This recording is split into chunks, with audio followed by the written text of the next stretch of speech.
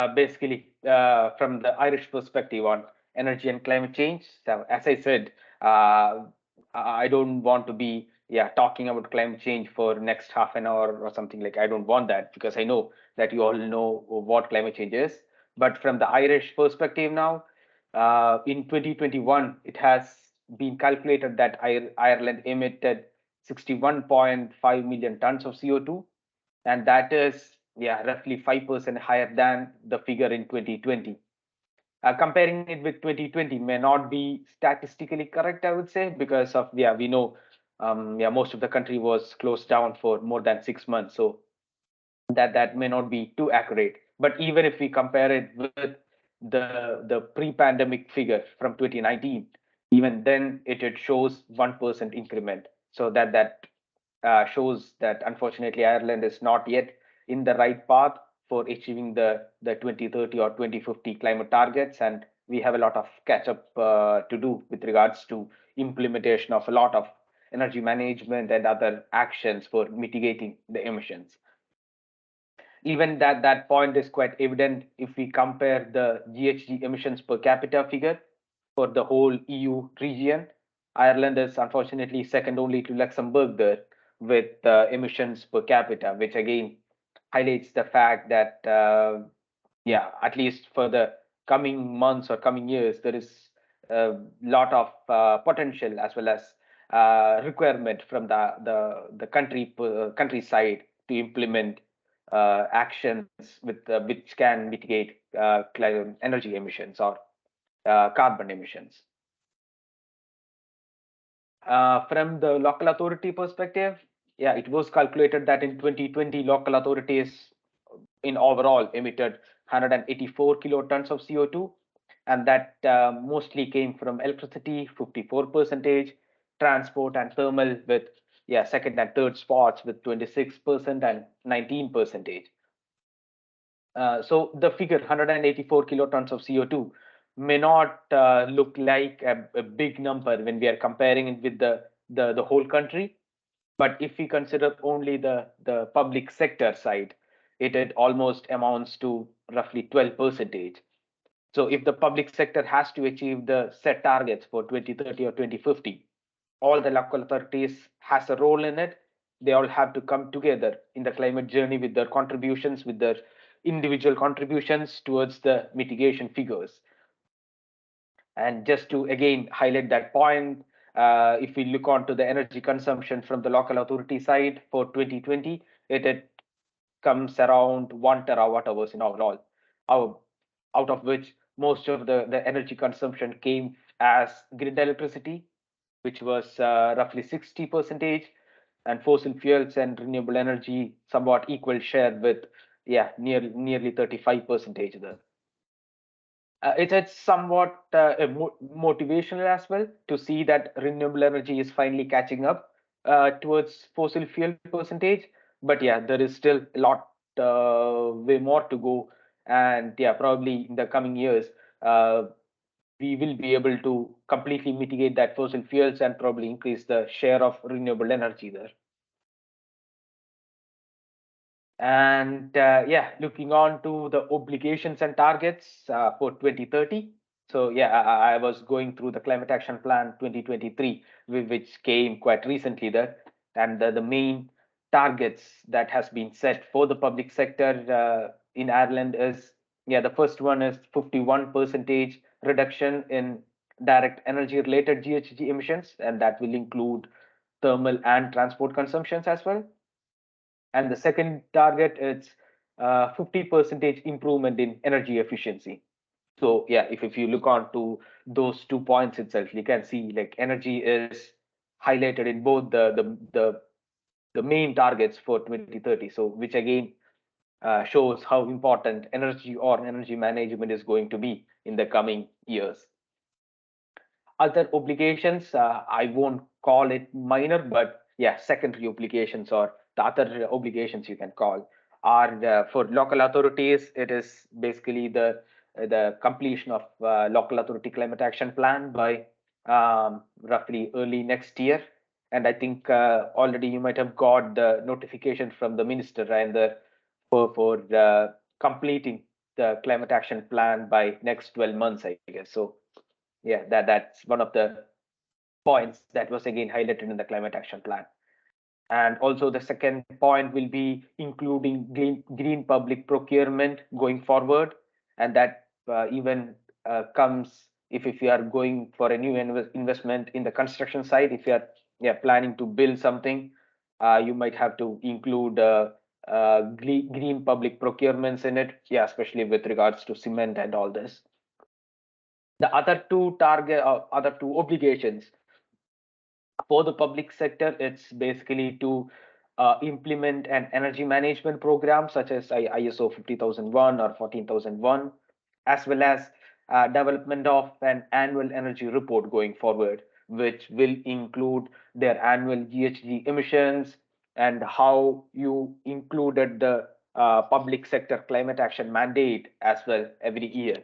But from these two, the energy management program as well as the annual energy report, local authorities as well as schools, if I remember correct, has been excluded. So this will be applicable to the entire public sector, but not for local authorities. At least up to the Climate Action Plan 2023. But yeah, again, please go and refer Climate Action Plan 2023 for full list of obligations that they have highlighted for local authorities as well as public sector. And yeah, as I said, the main sector or main action related towards all the targets, it's energy, and there comes energy management.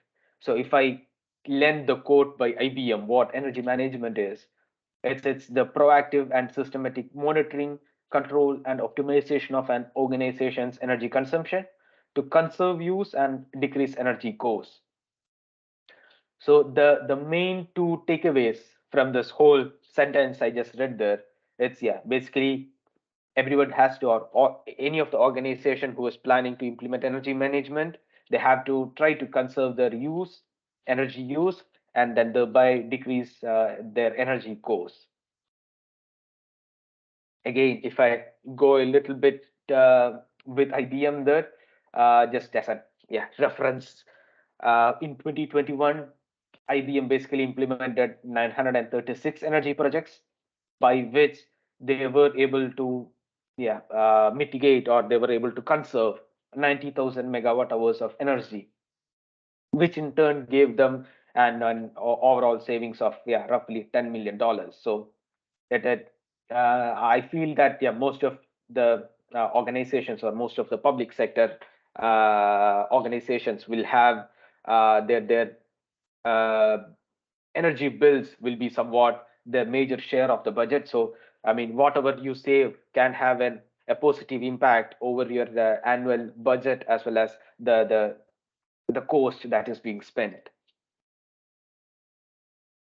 Now, analyzing with a perspective on how your energy management is actually impacting the climate change as well as the overall carbon emissions.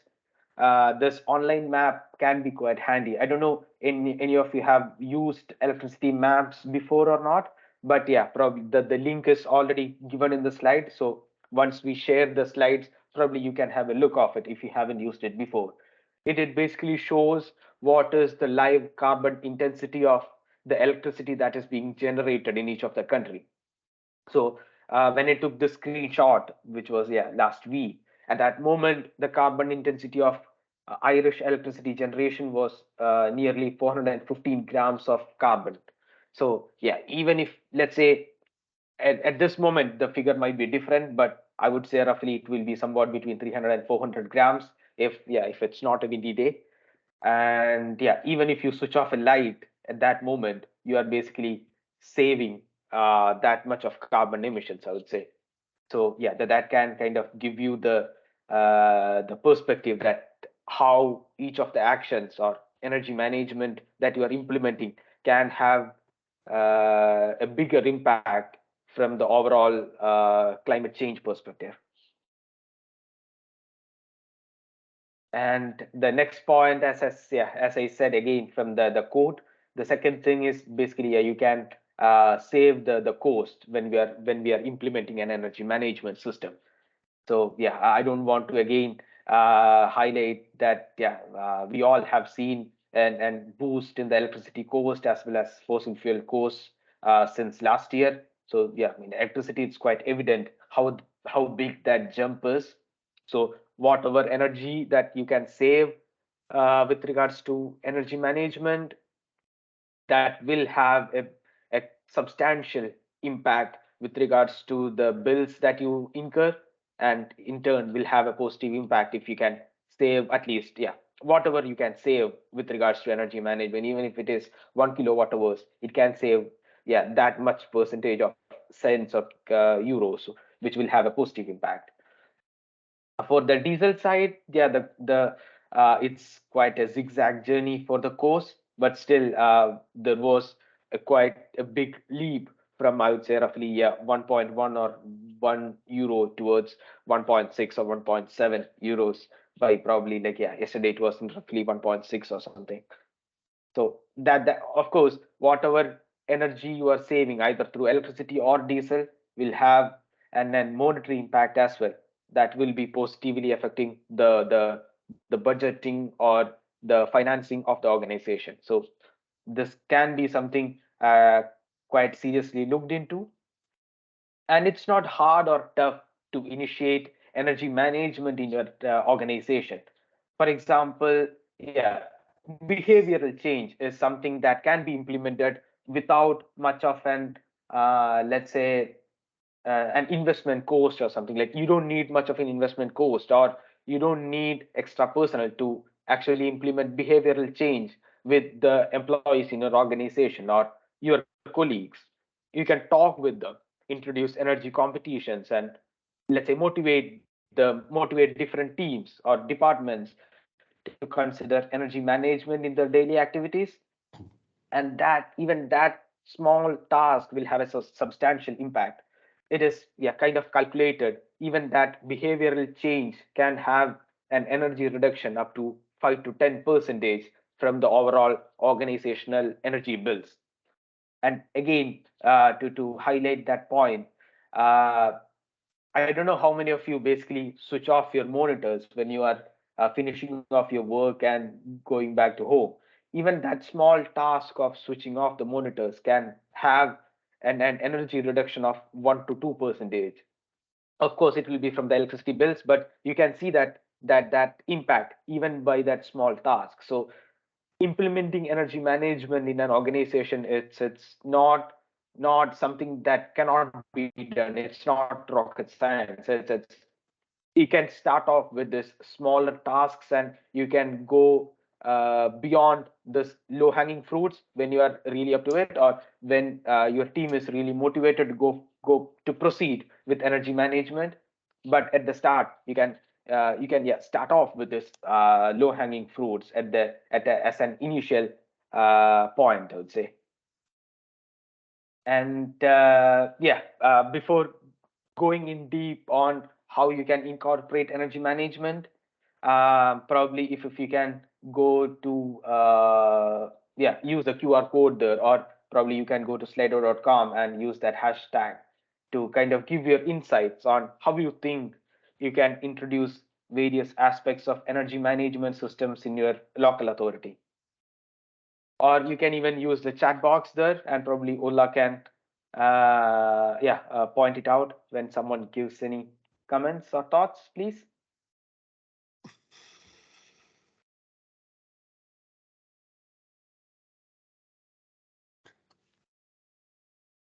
Chat. How can you in your local authority? Where's the chat box? How can you? Yeah, please.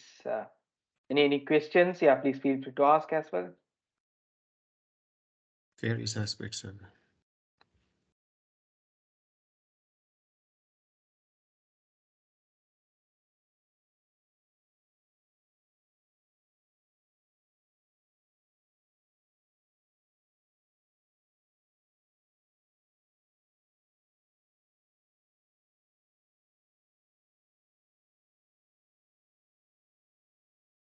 Yeah, energy management team. Yeah. Exactly. Yeah. Start small and build up. Yeah.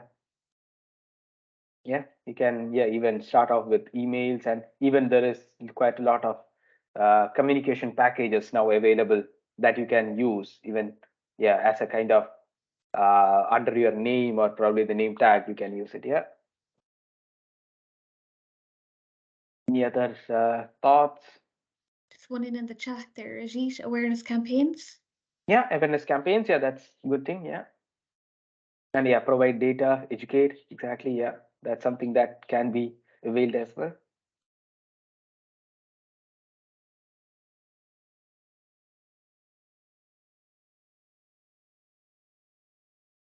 People typing. Yeah. Continue reduce your use. Yeah. Green procurement. Yeah. That's something that can be looked as well. Yeah. Yeah. I think, oh, yeah. So someone else is typing as well. So probably we can wait for it. Nominate energy champions in each section. That's a good idea. Yeah. Yeah. That's a great point. Yeah.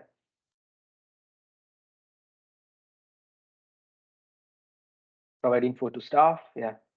That, yeah, again, yeah, that will somewhat tie up with, yeah, other points that I already explained. Yeah. And one And final plan from, one, Ajit. yeah. Sorry. Energy management team and awareness days. Oh, yeah, yeah, Yeah. exactly. Yeah, it, again, yeah, it was highlighted by someone else here. Yeah. And plan compact development. Yeah, that's something that can be included as well. Yeah. So yeah, I think, yeah, you all kind of have an understanding of, yeah, how you are planning to implement energy management system in your organization. Yeah, if it is local authority or other public sector companies there. So yeah, if you are planning to go forward with an energy management system, or if you are planning to introduce energy management in more serious way, let's call it that way.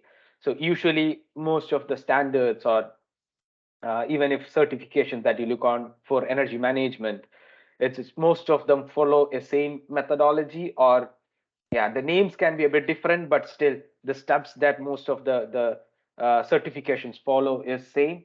It is usually a 5-step methodology that most of the standards would recommend, which is commit, identify, plan, take action, and then finally review. So I'll go through each of the steps in the coming slides, just give you a little bit more in detail information. But yeah, whenever you are implementing an energy management in your local authority, yeah, always keep in mind that the final destination should be 2050 rather than 2030. So at the moment, it will be 2030 targets that we all will be trying to achieve. But again, even once you achieve the 2030 targets, let's say if I'm being too optimistic, probably you should not be stopping at that point, but you should be continually trying to improve your energy management, because yeah, after all, we have to achieve kind of carbon neutral, or we have to reach that 2050 target, rather than 50% reduction is not the ultimate goal there. So that is something that has to be kept in mind. And now going on with the first step, as most of the standards would recommend, like first step to incorporate energy management in your local authority would be to kind of commit, which is basically includes appointing someone who can provide leadership and accountability. So it can be an energy manager or advisor, yeah, who, whatever name you can call, but there should be someone who is accountable for implementing energy management. And maybe that one person may not be enough. Maybe that person would require a small cross functional team dedicated for energy management who can support this person. They should be given that power to act, so that they can go with go with incorporating the coming steps as well. uh, Even the team can try to choose an appropriate path to energy management or certification. Probably, yeah, they can look, if they are going quite serious with energy management, they can go with even trying to get ISO 50001 certifications or other standards that they want to they want to proceed with. And second step would be to identify. It's basically to do your baseline calculation and identify what are the significant energy users for the local authority, for example. So if I take DCC or Dublin City Council as an example, the donut figure there, it's the significant energy users for the Dublin City Council, and they have identified that their main energy consumer is public lighting, for example. Again, if I'm just taking DCC an example. So if you have a budget and if you're planning to identify where you should be focusing on as a sector, probably you should be focusing on your significant energy users rather than the smaller ones. So for example, in DCC, again, if I take public lighting, is some is the sector that they should be focusing on rather than fire stations, because even if they focus fire stations, they can maximum they can get, let's say, 6% of an impact, compared to public lighting, which can have 25% impact over their overall emissions as well as overall energy consumption. So these are the kind of information that you can get when you are completing your baseline emission calculations or baseline energy calculations and doing the significant energy users analysis. So this is the step where you can get all this information. And then it will be the time to plan, which will kind of include uh, discussions with other departments, such as probably you might have to integrate facilities management, your financing team, your HR. All these departments or teams has to come together and then identify, let's say, how much of finance you have for the projects, like what should be the annual energy savings target that we can go for, or which that organization can aim for.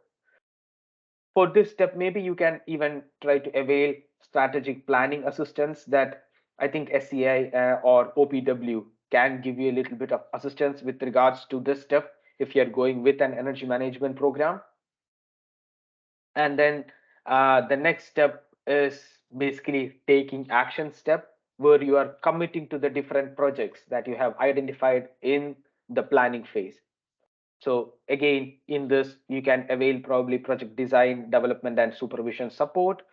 And then after all, the end output from this step would be that you will commit to various projects and you will be kind of planning, okay, when you should be finishing the project and then how much of impact that you can get from each of these actions. Final step would be basically once you implement the project, you will be doing the review analysis. So you will be measuring the results and then trying to identify if that measure had the impact that you expected. Did something go wrong, or are there kind of lessons learned that you can use when you are implementing the next process or next set of actions? So this is the step where you will be doing that, and then this is somewhat you will be repeating going forward, and then you will be trying for continually improving your energy performance for the whole organization. So there are several energy management programs already, such as ISO 50001 or 14001, and most of them follow the same methodology on how you should approach energy management, which is similar to the 5 steps that I just explained there. And most of them focus at an organizational level. A bit different from it is IS 399 standard, which is the Irish standard 399, which came in 2014. And it tries to establish energy efficient design as a management system complementing 50001 as well as 14001 standards. And that mainly focus on project implementations or new investments that you are planning for. So in the coming slides, I'll give you a quick update or quick introduction to IS 399 standard if you haven't came across this before.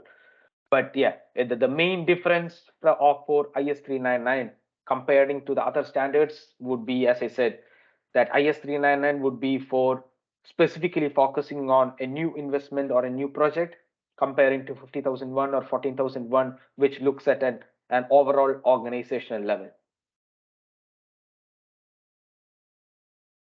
Then yeah, So IS 399 standard, as I said, it establishes energy efficient design as a management system complementing ISO 9001 and 50001 standards. And what the standard basically explains in it is exactly captured in that figure there. So figure shows the impact of project life cycle on energy savings potential and investment costs. The greatest opportunity to reduce life cycle energy and carbon is at the early stages of new investment.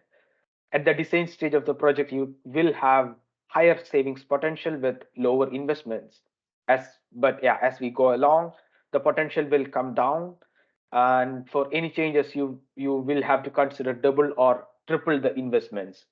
So design stage is the stage that you can let's say play with all the thoughts that you have or all the ideas that you have, which can be the most energy efficient way to do a project.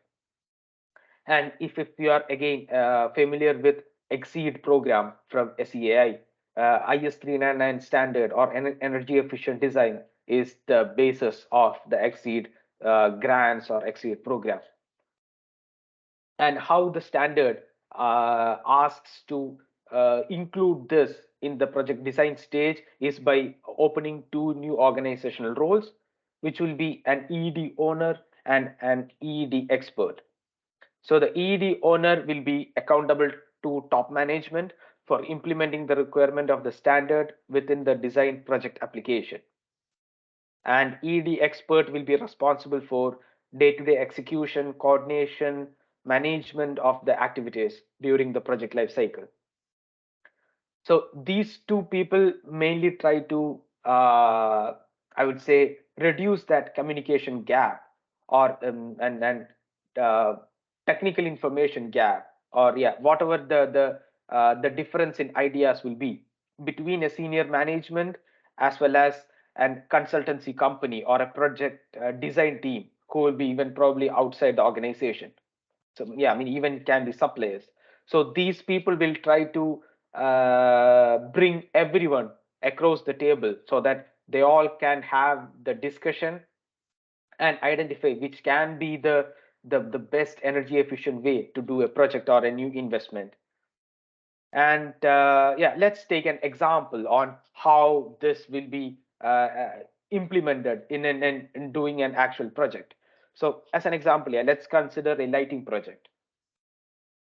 So in general, like normally, probably an lighting project would be somewhat you'll be identifying what light, let's say how many lights you have to change. For example, from CFLs to LEDs, you have 50 lights. If you take as an example, so you'll be putting out the tender, and then some company or consultancy company would get the quote and then would give the quote, and then probably they will be going on with implementing the project.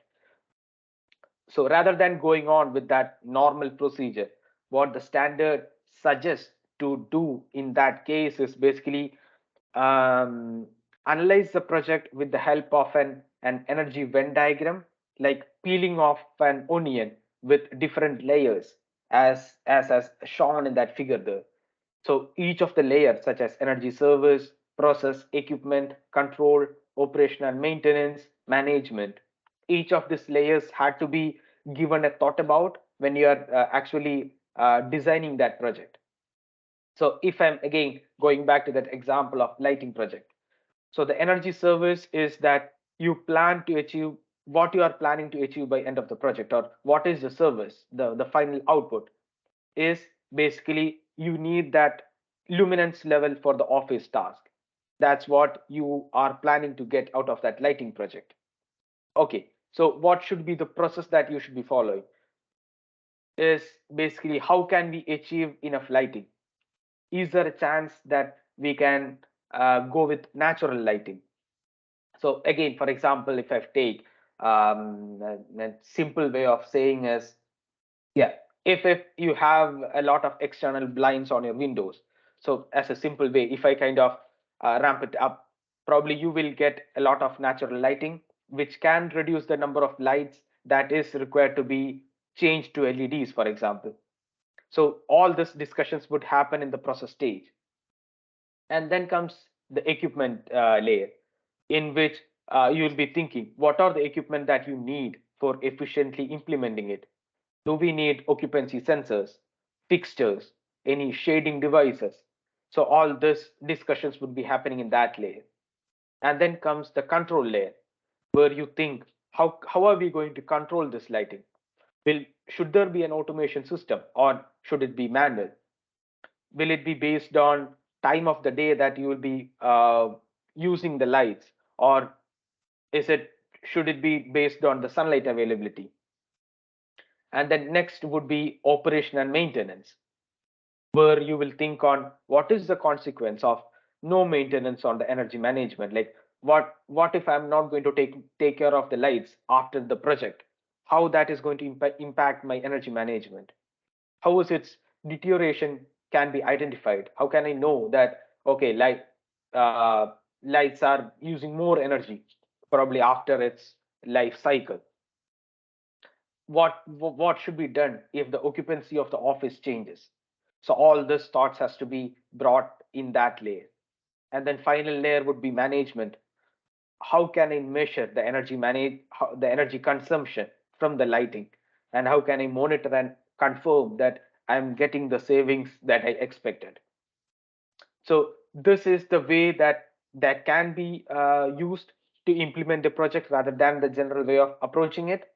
And that's what IS 399 standard is used for, to follow a systematic approach, so that you can confirm that you are implementing the project, or you are implementing the new investment in the most energy efficient way at the design stage itself.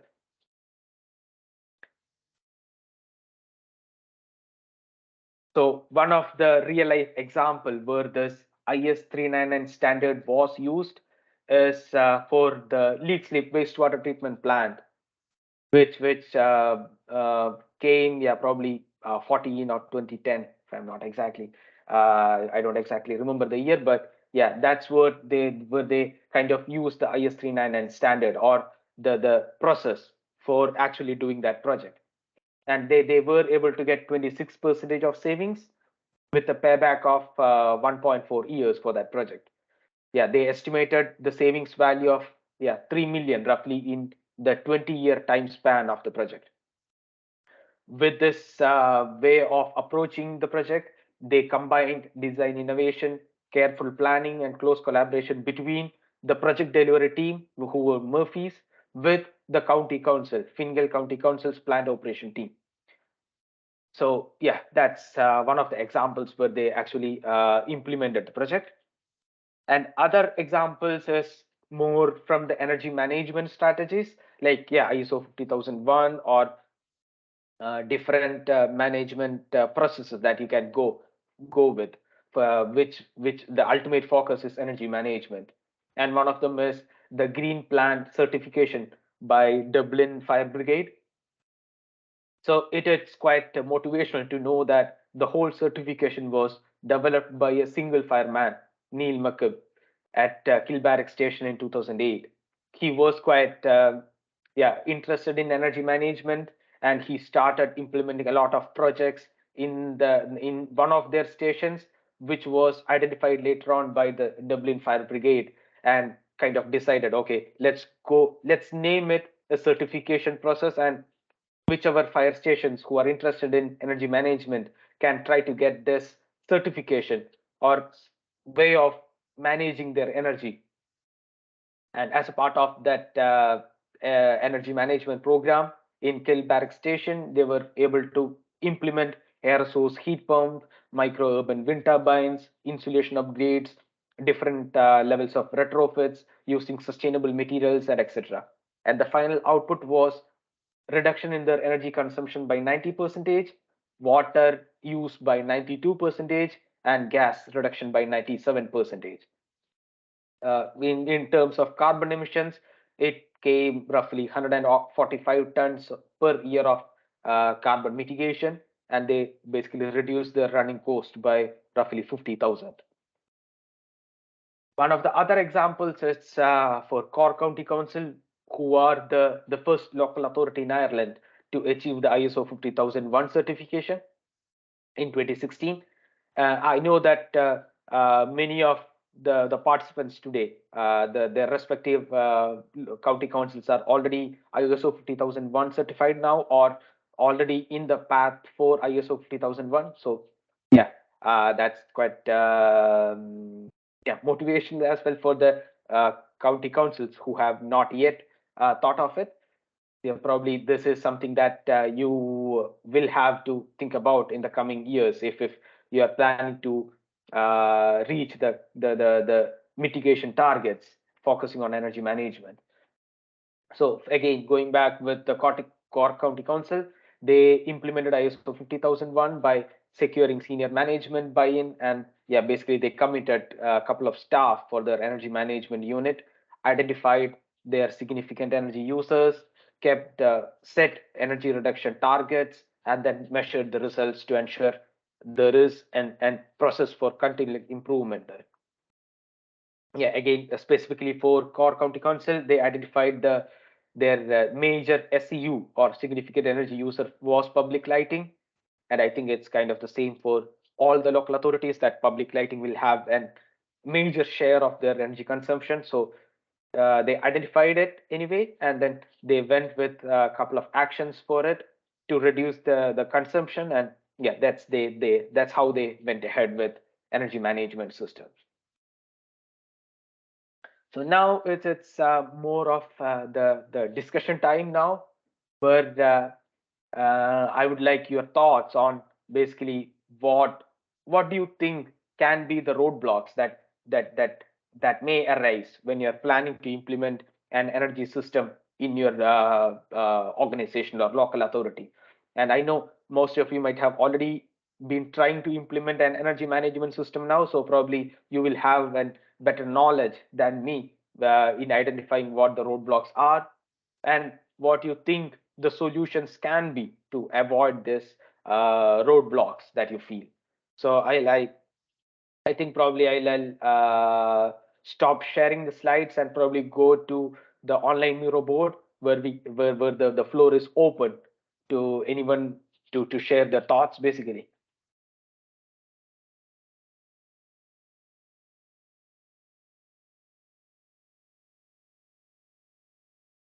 Yeah, by the way, please feel free to ask any questions if you have anything. If not, probably I'll start sharing the Miro board now.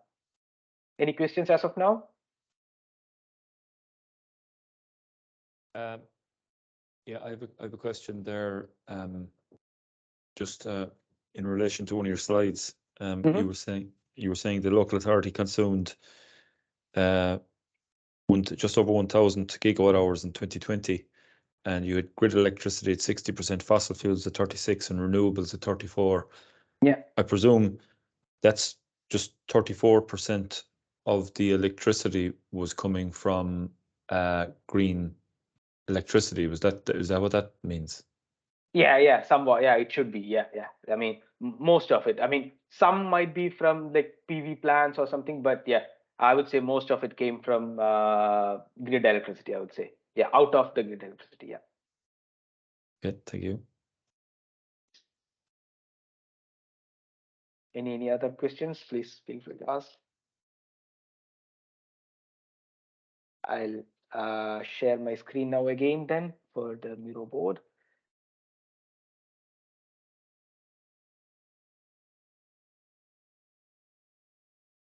Hope you can see it again now. Yes, thanks, Ajit. Yeah.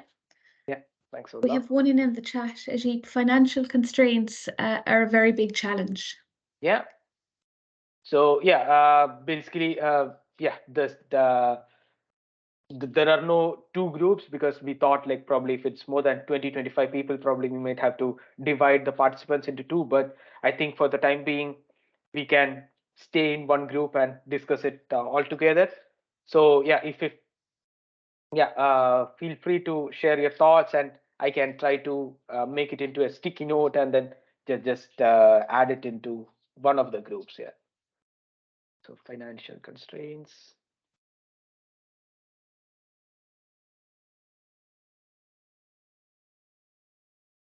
yeah, I have added in some of the roadblocks that I felt could be there, but yeah, again, I can be wrong, or yeah, you can say, yeah, yes, this is something that we have faced, so that I can again copy it into the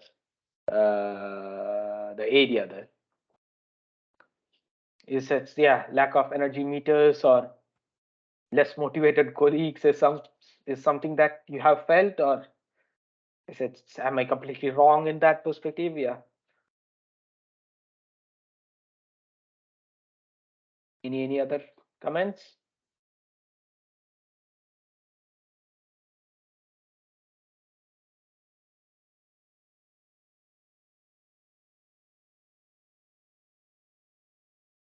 Okay, lack of submitters. Yeah, I'll copy that.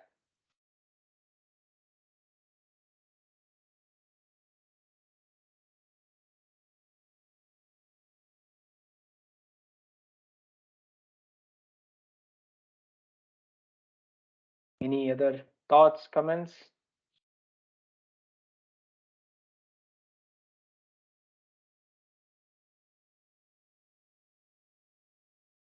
Lack of ownership. Okay.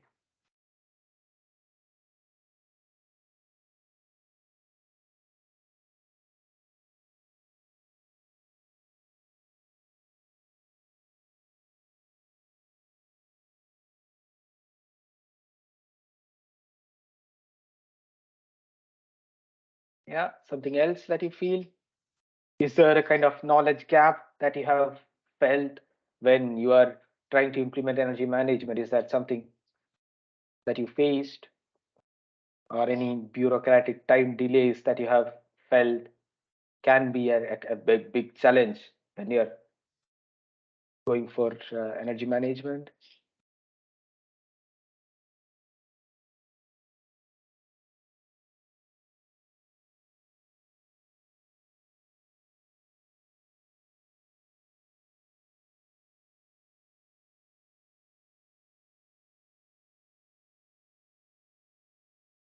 Lack of energy oriented resources.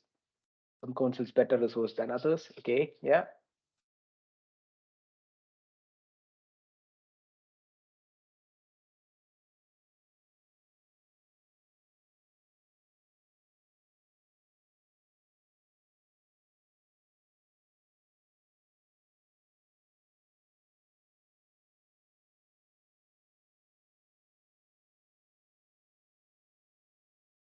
The one in Ajit, retrofitting of protected buildings is an issue. Yeah.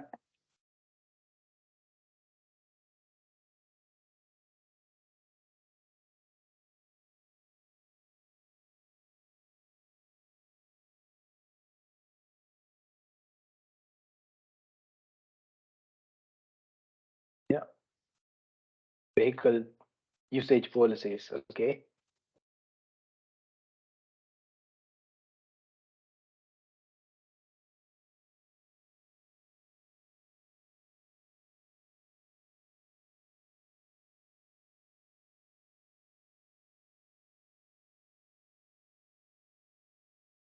Post benefit. Yeah.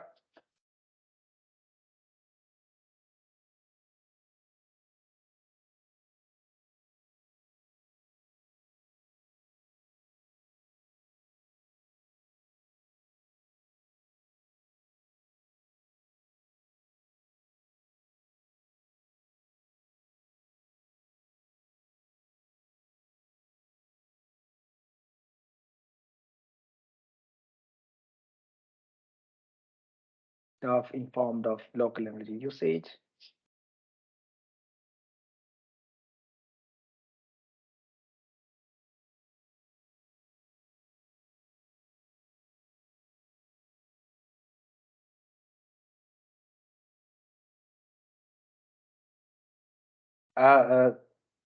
Con, probably staff informed of local energy usage may be somewhat a solution, I feel. Yeah. Or is that some kind of an issue that you felt with? Thanks, Ajit. Yeah, just think if a staff are better informed, excuse me, Okay. if they're better informed, yeah, they will act So Nice. that's one of the solutions, yeah, probably. Okay. Yeah, or you feel is it's kind of an issue that the staff Yeah. being uninformed is that issue, yeah? It could be both, Ajith. Yeah. Okay. I do think if staff know about these things, they will react. Yeah, So okay, it could be both, if you like. Yeah, thanks. Yeah, thanks.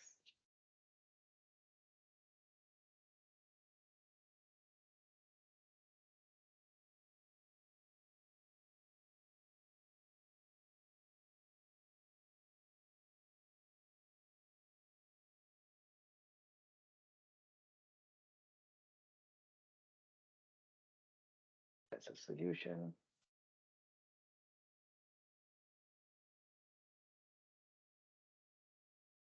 Technology may not be there yet. Yeah.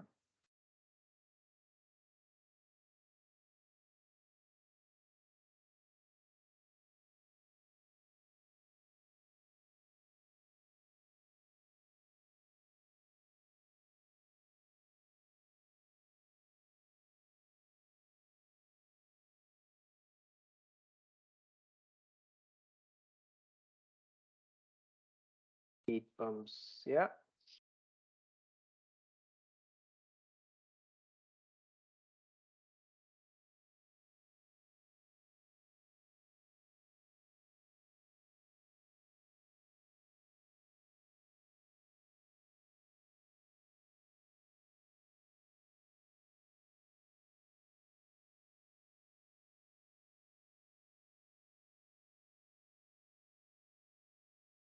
Um, yeah, so time can be an issue, yeah. Okay.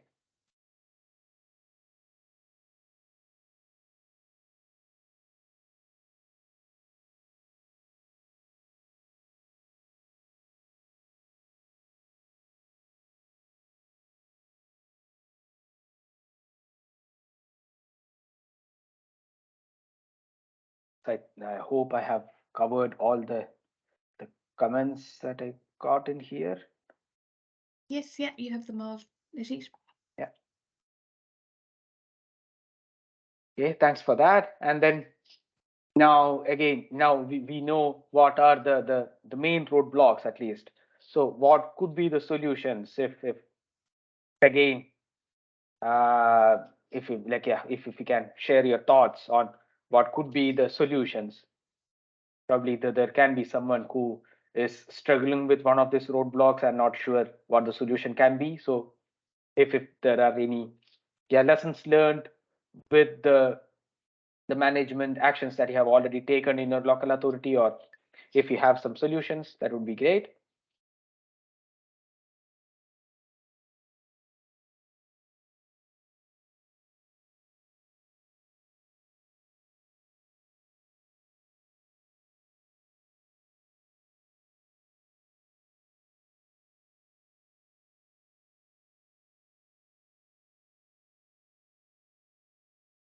Yeah, one-stop shop. Okay.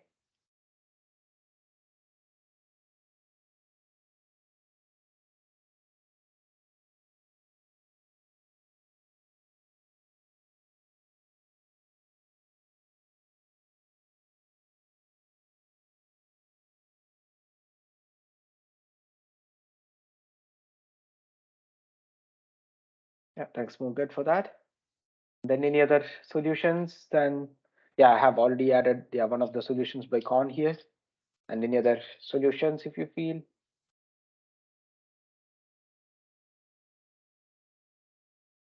Yeah, maybe communication can be a piece if you feel that can play a big role. I think, yeah, in one of the earlier Slidos, like, yeah, you were mentioning that communication can play a big role. So I think I can copy and paste that as well.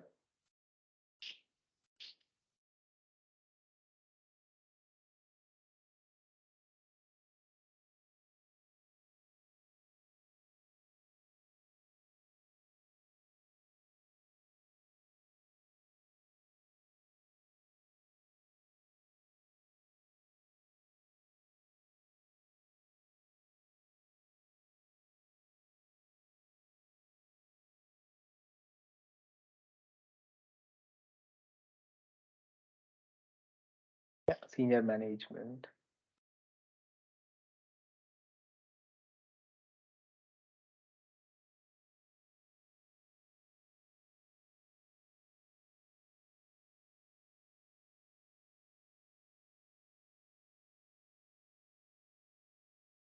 Yeah, robust case studies. Yeah, that can play. Yeah, that can play a big role, giving motivation for other organizations as well. Yeah.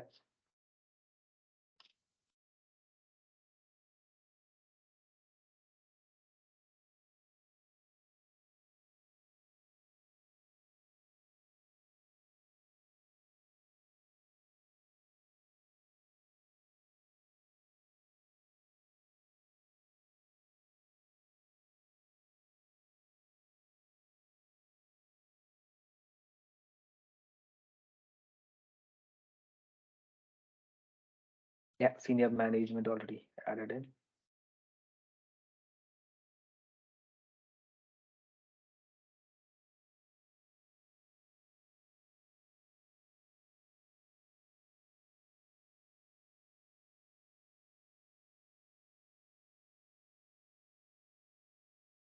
More accountability for senior management for delivery of results. Okay.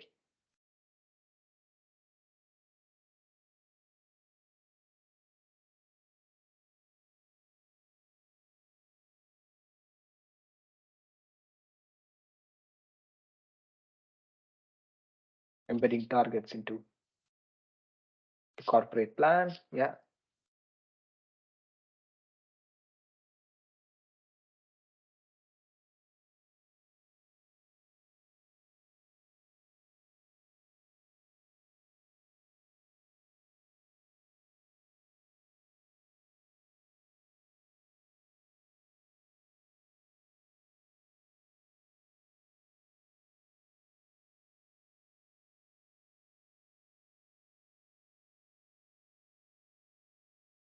Exploring collaborations partnership. Yeah, it's a good point.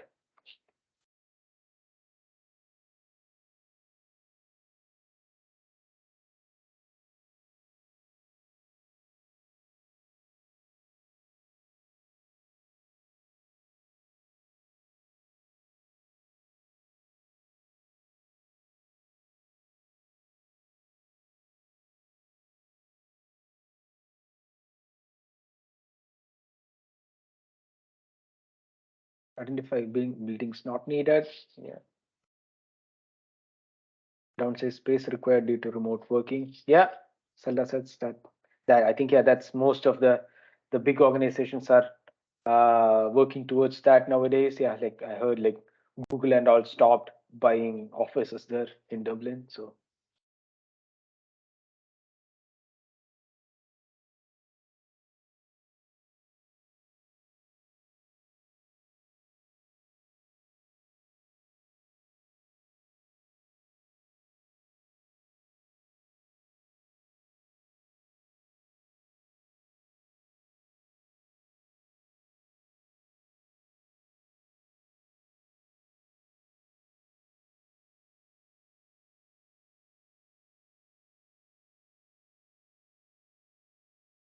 yeah, start with something. Yeah, that can be the initial way anyway. At least, yeah, as I said, like yeah, behavioral change or something that is low hanging fruits can be something that can be started with. Yeah.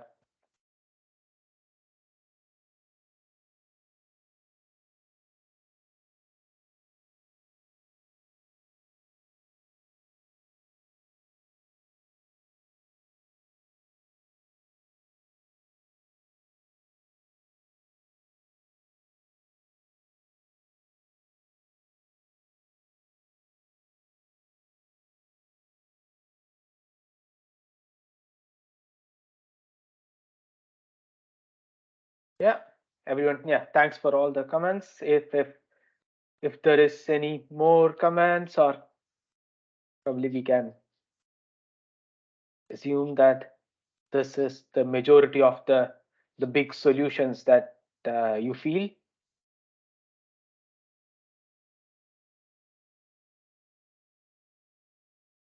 So yeah, anyway, I'll copy and paste it into the presentation before we share it with everyone, so that you will kind of know how the discussion went and what were the biggest roadblocks and solutions that yourself have identified as a kind of reference.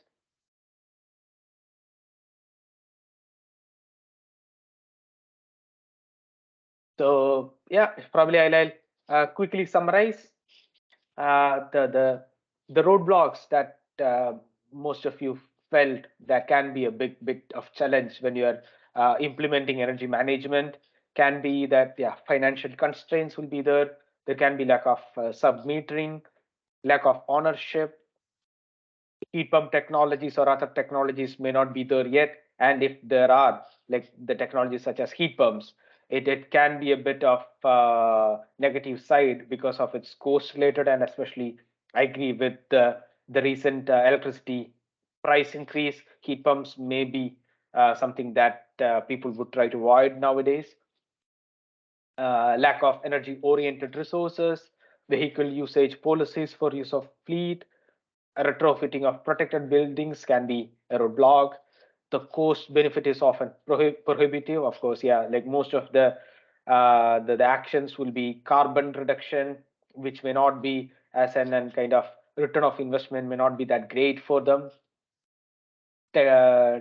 Time taken for choosing these decisions can be a bit prohibitive if we don't have enough time for it.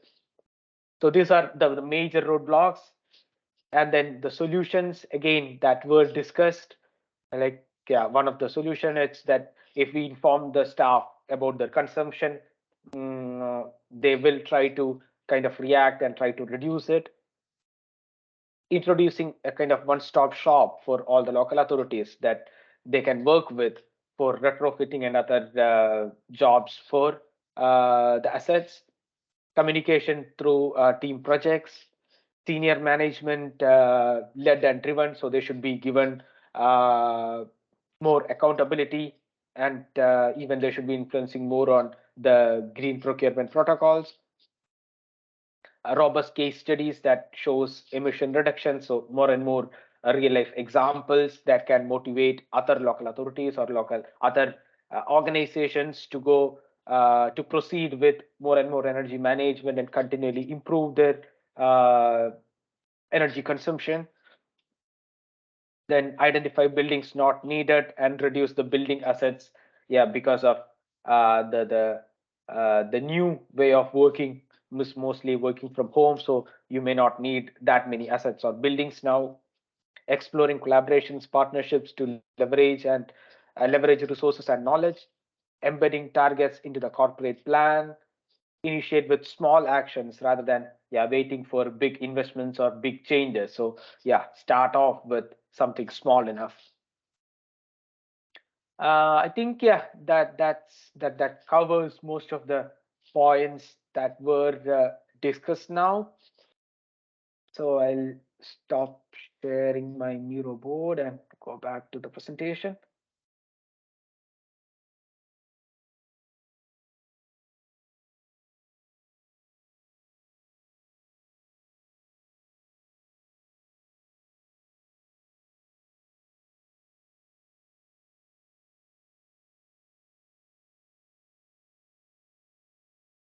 Yeah, so this was basically the summary that we went through. And that's pretty much it, guys, from my side. And thanks for that. And if you have any questions, probably you can raise it now, or even you can contact us by email later on, and then we will try to answer it as much as possible from our side.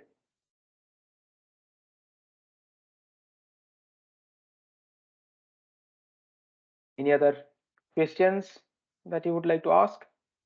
I have a question there. Just I see you have the AstroTurf pitch there with the floodlights shown. Just that was raised the other day at one of our energy management meetings. Was we have a similar facility, but I'm just wondering what kind of technology is out there now for switching out those floodlights to a more energy efficient floodlight system. Is it there, or has anyone any idea? Yeah, anyone can answer that, or like, yeah, from our side, I would say, yeah, I mean, the usual way of doing it is probably mostly like time dependent ones. So similar to kind of time clocks or something that you can keep it only for the time that you need it, and then go with LEDs, the ones which are more energy efficient ones. Other than Okay. that, probably, yeah, I mean, yeah, depending upon how you use the ground for, so that can be something that we can look for. Even that can be a factor there. But yeah, the general ones that we used to go with, it's like mostly public, like, yeah, retrofitting back to LEDs, or even kind of even it can be censored with regards to probably time. I would say mostly most of the features would be somewhat time dependent, so that can be something that you can look. But if anyone else has did some kind of project on it, yeah, you can. Yeah, thank you for putting you. Sorry for putting you on the spot there. I just saw the photograph. I was just wondering, was LED technology available for that kind of large lighting system? It probably is. Yeah, we have seen it. Yeah, and we have done like ourselves, like in a couple of the projects. If I'm not wrong. Again, I was not directly involved in it, so I may not be the right person to answer it. But yeah, I have seen some of my colleagues worked in similar projects there. So yeah, we have worked with a couple of the I forgot which one was it. But yeah, anyway, for some of the football grounds. Yeah, Ola.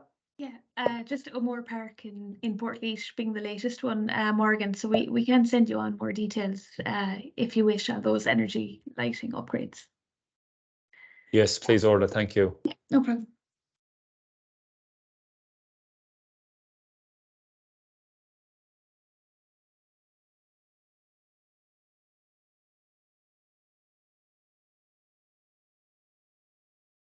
So if no one else has any other questions, probably we can wrap it up. Thanks, everyone. Thanks a lot. Thanks, Ashish, for a great presentation. Yeah, no bother. We hope you all enjoyed it, and we will circulate the slides and the recording afterwards. And as myself and Ajit both said as well, this is one of a number of workshops that we will be organising on different teams. So we will keep you updated on all those as well as they are organised. So thanks, everybody. Thank you, guys. Thanks, everyone.